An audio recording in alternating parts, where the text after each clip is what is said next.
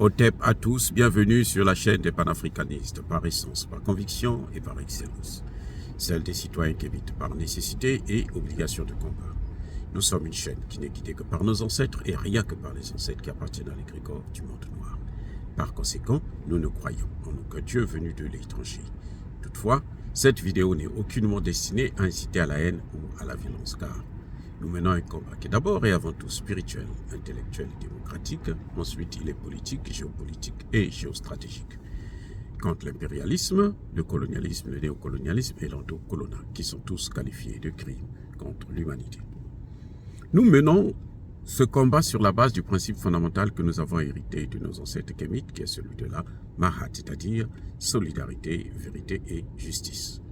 Vous êtes donc en droit de connaître la vérité et nous avons l'obligation de vous dire la vérité, rien que la vérité, afin que justice soit rendue au continent africain. Et ça, c'est notre modeste contribution dans cette noble lutte en faveur de la souveraineté, la dignité, la solidarité et l'unité africaine. C'est exactement ça que nous appelons le panafricanisme. Bien-aimés frères et sœurs, je me suis posé la question de savoir pourquoi les États africains sont menacés de ne pas avoir une, comment dirais-je, une institution qui leur appartient, créée par eux et pour eux. Je me suis posé en fait la question de savoir pourquoi l'Occident veut absolument dissoudre l'AES. Et pourquoi le Nigeria, qui s'est engagé par la voix de son président Tinubu, de vouloir de critiquer violemment, vigoureusement l'AES en faisant croire qu'ils vont freiner la démocratie dans la sous-région. Alors que Tinubu lui-même, on le sait aujourd'hui, n'a pas été élu démocratiquement. Puisque d'ailleurs il n'avait même pas de programme politique. Son seul programme politique, c'est sa richesse, une richesse qu'il a obtenue sur la base du trafic de la drogue aux États-Unis. Et Peter Obi n'a cessé de réclamer sa victoire. Donc ce n'est pas la démocratie, il y a autre chose. Et là, je m'aperçois qu'il y a deux raisons fondamentales. La première, c'est celle qui concerne les Occidentaux. Les Occidentaux ont peur de l'AES. Pourquoi? Parce que l'AES est une institution créée par les Africains et pour les Africains. L'AES ne répond pas, ne se justifie pas par la position des Occidentaux. L'AES n'est pas sous le contrôle des Occidentaux. L'AES est financée par les pays membres. Elle n'est pas financée par l'Occident. L'AES n'est pas une institution, une organisation de flatteurs, ou comme l'Union africaine, comme la CEDEAO. L'Union africaine, vous avez vu, lorsqu'il y a des réunions de l'Union africaine, les pays occidentaux sont parfois même plus nombreux, sinon au même titre, le nombre est le même que celui des Africains. Dernièrement, le président de la commission, Moussa Faki, a carrément fait venir Israël sans l'autorisation des présidents, des chefs d'État. Et ça a soulevé un tollé, ça a créé un scandale jusqu'à sortir la représentante d'Israël de la salle. Donc, là, avec l'AES, c'est une institution où lorsqu'ils se réunissent, lorsqu'ils s'asseyent, il n'y a pas les Occidentaux. Conséquence. La conséquence évidente, c'est que les Occidentaux n'auront plus le contrôle de cette institution.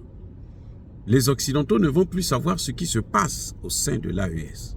Les Occidentaux ne pourront pas se dire que, bon, nous, c'est à nous de prendre position parce que c'est nous qui vous donnons de l'argent, donc vous devez faire ce que nous vous demandons de faire.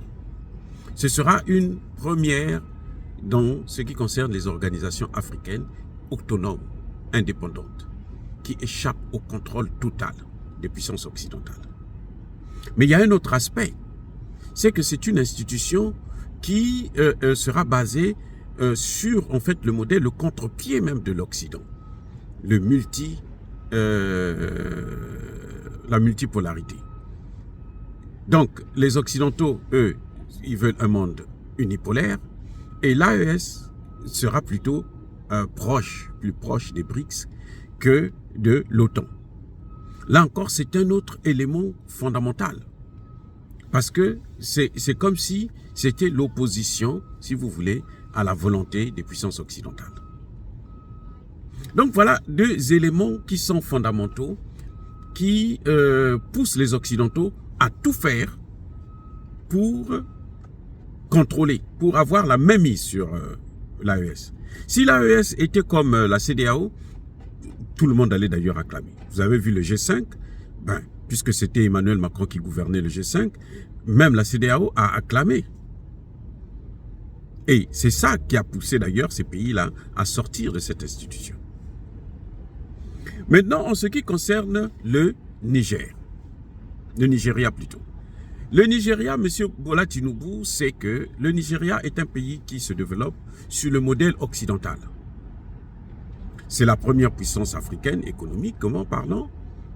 Mais le Nigeria a des difficultés parce que le modèle occidental, vous avez une poignée de personnes qui ont toutes les richesses et une très très grande majorité qui souffre.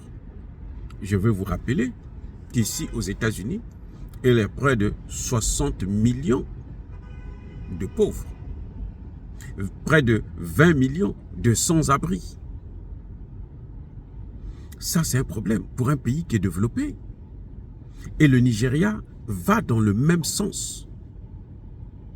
Alors que on a vu qu'en Afrique, au niveau de la CEDEAO, il y avait des gens qui hésitaient d'avoir le marché commun parce qu'ils allaient se dire, mais le Nigeria va occuper une place très importante dans cette affaire-là. Et là, avec l'AES, mais le Nigeria sera détrôné. L'AES va remplacer carrément le Nigeria et l'Afrique du Sud. Non seulement sur le plan militaire, mais aussi sur le plan économique. Parce que le modèle de développement de l'AES, c'est un modèle de développement qui est basé sur 1. La sécurité, 2. La souveraineté, 3. La monnaie, 4. Le développement et 5. Le bien-être des populations. Ce qu'on ne trouve pas au Nigeria ni en Afrique du Sud. Ce sont des pays développés au sens occidental du terme, mais ce sont des populations pauvres. Je dirais même très pauvres. Il y a des endroits au Nigeria où les gens sont plus pauvres que nous dans des autres pays africains comme la Côte d'Ivoire, le Congo, le Mali, le Burkina et autres. Alors que le Niger, c'est un pays riche. Très riche. Mais la richesse est tenue et dans les mains d'une petite classe politique, une certaine oligarchie. Et ça, le Nigeria, si l'AES réussit, le Nigeria risque d'exploser. Parce que les populations vont se soulever, vont se dire, mais nous devons partager les richesses de ce pays. Et même ceux qui ont investi chez eux là-bas, les puissances occidentales, auront des problèmes. Voilà pourquoi Tinubu, qui est dans le business, qui est un trafiquant, qui est un mafieux, se bat pour que ça n'arrive pas, pour que l'AES ne puisse pas voir le jour. Parce qu'ils ont vu comment l'AES a réussi dans le domaine de la sécurité. Je vous fais savoir que pas plus tard que hier, au Niger, mais alors ils ont fait un carnage des terroristes. Au Mali, ils ont fait un carnage. Au Burkina Faso, ils ont fait un carnage. Donc, ils sont en train de réussir là où les Occidentaux, pendant 10 ans, n'ont pas réussi. Là où le Nigeria plutôt, avec le soutien du Cameroun, du Tchad et même du Niger, n'a pas réussi. Eux, ils sont en train de réussir ça. Parce qu'ils ont pointé du doigt le point fondamental. Et ils sont en train de donner une place importante, une force à la Russie et à la Chine. Ce qui fera que d'autres pays africains vont adhérer à ce modèle-là, vont suivre le même modèle et ce n'est pas bon pour les Occidentaux. Voilà pourquoi il y a cet acharnement sur l'AES. Et c'est pour ça que moi, je demande aux autorités du Sahel, du Liptako Gourma, d'aller très vite avant que ces gens-là ne puissent mettre de gros moyens pour les déstabiliser encore plus. Il faut aller très très vite vers la monnaie d'abord. Ça, c'est le premier élément. Et puis, dans les autres domaines du développement économique. Dire cela, c'est inciter à la haine ou à la violence? Non. Yaba colère, Yaba libre. Encore une fois de plus, bien-aimés frères et sœurs, je persiste et je signe. Soyez bénis, abondamment bénis, par le Dieu des Kémites et par nos ancêtres angéliques. Mais que tous ceux qui persécutent le continent africain le pillent et le déstabilisent, qu'ils soient noirs, blancs, chinois, arabes, juifs, indiens ou qui qu'ils soient punis, maudits, foudroyés, neutralisés, écrasés, effacés par le Dieu des Kémites et par nos ancêtres angélisés. Vive l'Afrique éternelle, j'ai dit et j'assume.